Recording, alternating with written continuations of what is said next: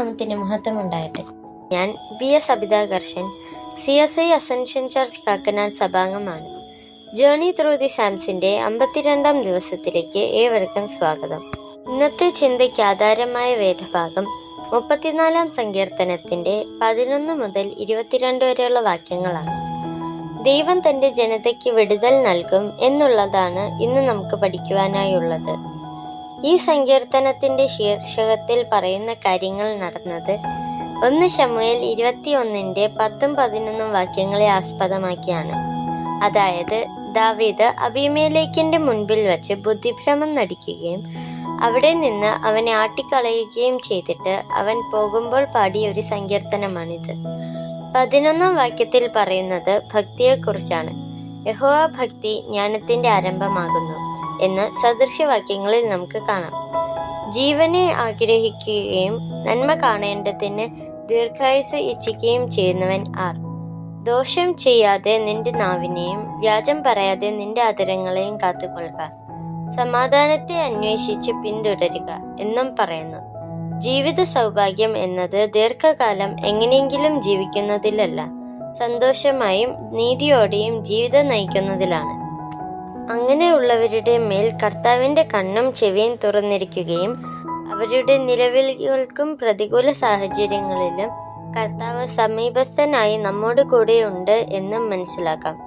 നീതിമാന്മാർക്ക് കഷ്ടവും അനർത്ഥവും ഉണ്ട് എങ്കിലും ദൈവം അതിൽ നിന്നൊക്കെയും വിടുവിപ്പാൻ ശക്തനാണ്. യഹോവ തന്റെ ദാസരുടെ പ്രാണനെ വീണ്ടുകൊള്ളും എന്ന് നമുക്ക് കാണാം. പ്രവർത്തിക്കുന്ന ആരുടെ മുന്നിലും പ്രതിബന്ധങ്ങൾ വരുമെന്നത് തീർച്ചയാണ്. അവയെ തരണം ചെയ്ത് മുന്നേറാൻ സാധിച്ചാൽ വിജയത്തിന്റെ പാതയിൽ നന്മയോടെ ജീവിപ്പാനുള്ള ശക്തി കർത്താവ് നമുക്ക് നൽകും. ഒരു കഷ്ടപ്പാടും കൂടാതെ ആഗ്രഹിക്കുന്നതെല്ലാം നേടണം എന്ന് വിചാരിക്കുന്നിടത്തെല്ലാം അനർത്ഥം കുടികൊള്ളുന്നു. ആകർഷകമായ സ്വർണം രൂപപ്പെട്ടു വരണമെങ്കിൽ അത് തീയിൽ ഉരുക്കിയിട്ടേ സാധിക്കുകയുള്ളൂ. ഒരു ചിത്രശലഭം അതിന്റെ ഓരോ ഘട്ടങ്ങളെയും തരണം ചെയ്ത് വന്നാലേ പൂർണ്ണമായി പാറിപ്പറക്കുന്ന ശലഭമാകാൻ സാധിക്കുകയുള്ളൂ.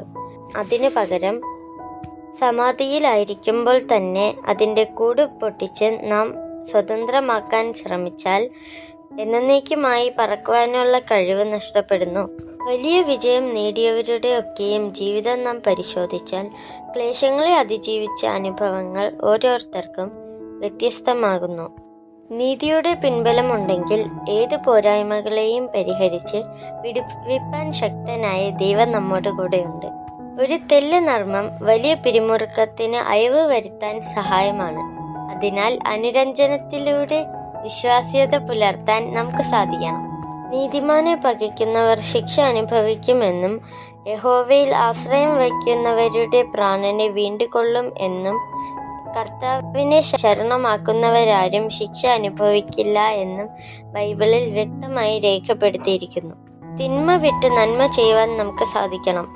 സമാധാനത്തിന്റെ പാതയിൽ മുന്നേറുവാനും ദൈവരാജ്യത്തിന് അവകാശികളാകുവാനും തക്കവണ്ണം ഒരുക്കമുള്ള ജീവിതം നയിക്കുവാൻ ദൈവം നമ്മെ ഏവരെയും അനുഗ്രഹിക്കുമാറാകട്ടെ. ആമേൻ. ഒരു നിമിഷം കണ്ണുകളെ അടയ്ക്കാം, പ്രാർത്ഥിക്കാം.